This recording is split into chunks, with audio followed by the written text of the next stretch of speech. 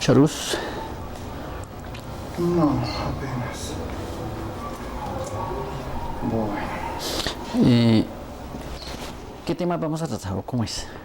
Básicamente lo que vamos a hablar es primero sobre lo que fue su investigación con respecto a la historia de acá del barrio.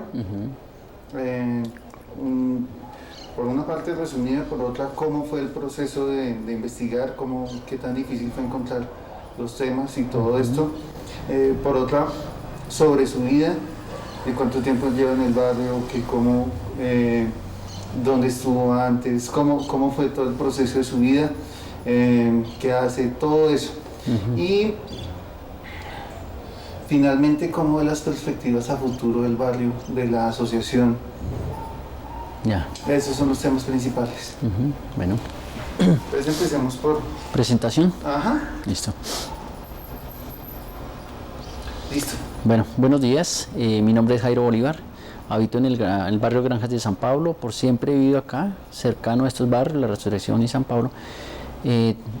Siempre he participado en las diferentes actividades en cuanto al entorno social, especialmente con jóvenes y con los espacios de participación.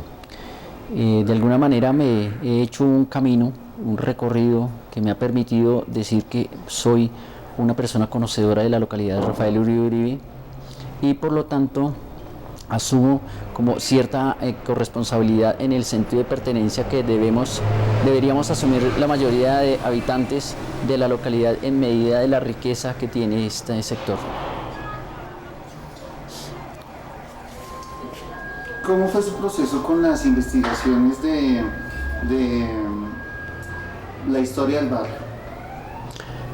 Bueno, obviamente uno nace en un sector, se cría, como me toca a mí, yo me crío aquí en el barrio, sigo habitando, y uno empieza en el entorno a conocer personas, acciones, sitios y anécdotas. Me tomé a la tarea de decir por qué suceden las cosas, quiénes son los personajes, dónde habitan, cómo habitan.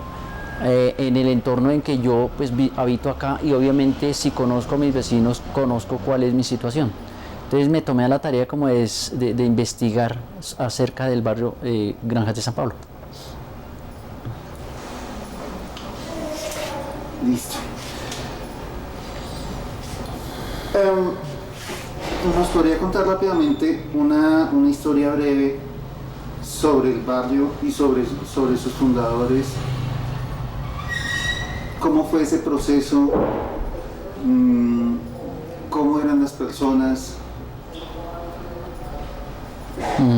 Bueno, el barrio Granjas de San Pablo aproximadamente hacia el año 45 viene tomándose estas montañas con diferentes personajes como la familia Suárez, la familia Verandia, la familia Murcia,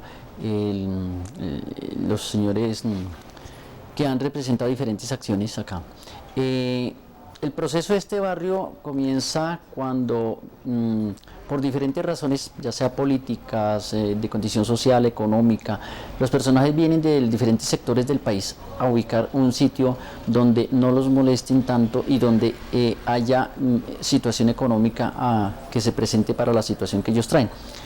Entonces, llegando de diferentes países, de diferentes situaciones y sectores del país, ellos escogen este espacio como que es el apropiado en medida que es todavía sentido de campo. No hay sino calles, no existen calles, son caminos reales, son caminos peatonales y ellos empiezan a ejercer esa tarea de empezar a criar sus hijos, su familia, su hogar, a tener un asentamiento con una casa. Es así que el barrio empieza su ejercicio sin tener tanto reconocimiento. A partir del año 61, cuando se supone fue la segunda invasión en Bogotá del sector del barrio Las Colinas, que es donde empieza de la Caracas hacia acá para abrir espacio a estos barrios, se empieza a dar reconocimiento a lo que es el barrio La Resurrección, el sector de las Lomas y Las Colinas, que es como más se reconoce. Los diferentes barrios otros, como es el Pesebre, como es San Pablo, como es Río de Janeiro, no son tan reconocidos, en medida que ya es un proceso después también, pero sí hubo habitantes antes del 60 aquí. Por lo tanto, no es tanto que se diga que el barrio nace en el 61, no, viene desde mucho antes. En ese caso, ¿cuál fue primero? ¿Resurrección o Granjas? Había habitantes en los dos sectores. Correcto.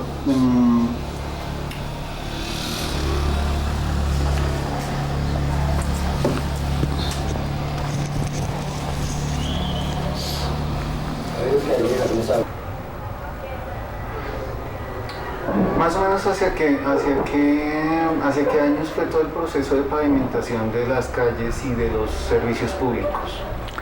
Bueno, ese fue un proceso desde más o menos el 70, cuando empiezan a ejercer las juntas de acción comunal como tal y ya como organizaciones totalmente legalmente constituidas, que empiezan a hacer el ejercicio de gestión de los servicios públicos básicos, pero también de otras necesidades que la gente tenía, ¿no? Entonces ya no era no solo la pavimentación, no era el agua y el alcantarillado, sino era otras, por ejemplo, el cocinol, la gasolina, los diferentes expendios que había para en las casas poder tener sus alimentos al día. Entonces el carbón de palo, el carbón mineral, la leña y estos ejercicios que no son tan bien reconocidos, pero que hicieron parte de la historia de este sector. Igual que, por ejemplo, hizo muy buena parte de la historia los chircales de ladrillos, que aquí también hubo. ¿En esta parte también hubo? Sí, aquí hubo chircales en este sector. Correcto.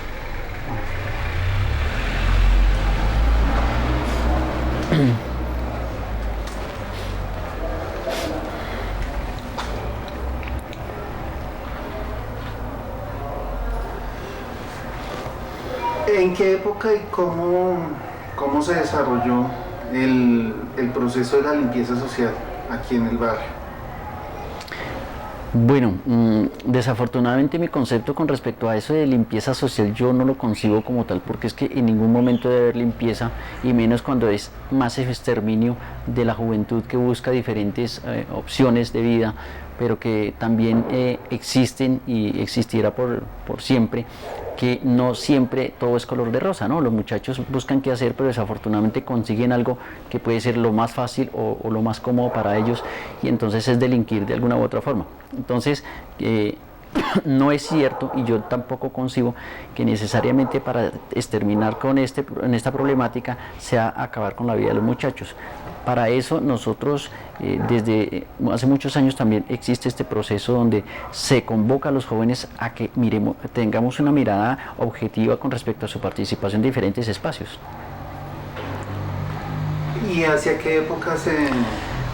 Bueno, eso fue como hacia el 80, 75-80, cuando nacen nuevas propuestas de participación social y política. Es así que hacia el 80 viene un proceso que se dice que fue ilegal en la medida en que fue insurrección de los muchachos con respecto a un partido político o una oposición ya propiamente de insurrección. Entonces los muchachos se empiezan a participar ahí en esa época. ¿Se supo en algún momento qué grupo fue el que...? Bueno, aquí existieron dos corrientes. Existió el M19 y existió el ELN. ¿Y ellos eran los que lo hacían, o contra ellos iba o existieron otros grupos además de ellos? Pues existieron varios, o sea, esto de pronto llamarlo como el ejercicio político, pero también existían otros que eran como las pandillas, los muchachos que estaban en la calle, que estaban generando otra forma para más por el hecho de conseguir recursos, no por un asentamiento de una posición social y económica, sino pues ya por manutención o ya por gusto propio. Todo ese proceso, ¿hasta qué fecha va? Bueno, este proceso no termina, yo podría decirlo, aunque no con el mismo porcentaje de acción, pero sí no termina en la medida que esta mal llamada limpieza social aún continúa, aunque tampoco es que sea legal, ¿cierto? Y muchos sabemos que no, pero sigue en el ámbito. Fue una oleada entre el 70 y el 90 más o menos, como fuerte. toda la década. Sí. O sea que alcanza como o sea que ya en esta década ya se cruza el milenio y ya se detiene el proceso. No es tanto que se detenga, sino que nacen otras propuestas desde las mismas ONGs que promueven la participación de los jóvenes. Entonces los jóvenes algunos toman la decisión de decir sí, apoyemos estas instituciones, participamos y ya no nos ven como los muchachos de la calle, como que somos la piedra en el zapato de las instituciones, sino que somos ya grupos organizados. Y no somos grupos organizados para exigir en contra de o para delinquir, sino ya con una propuesta diferente.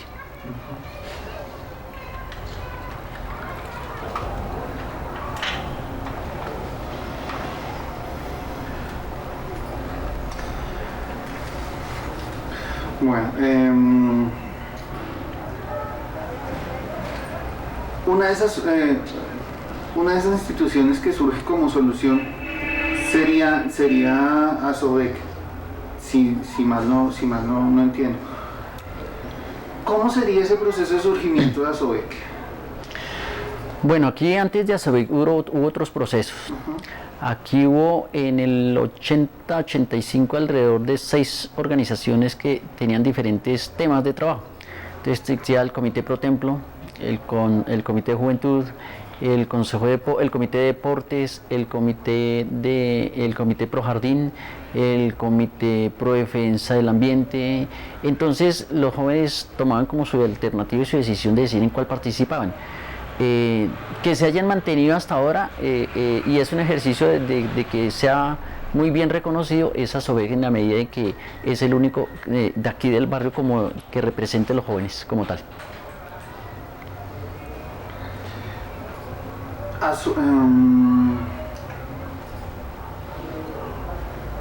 ASOVEC no surge de entrada como ASOVEC, sino que se va conformando como ASOVEC. ¿Es cierto o me equivoco? Sí, ASOVEC surge del ejercicio de varios personajes que se empiezan a reconocer como líderes comunitarios. En eso entonces podemos contar, por ejemplo, con la señora Sneda Cano, una gran precursora del proceso del Jardín Mafalda, que hoy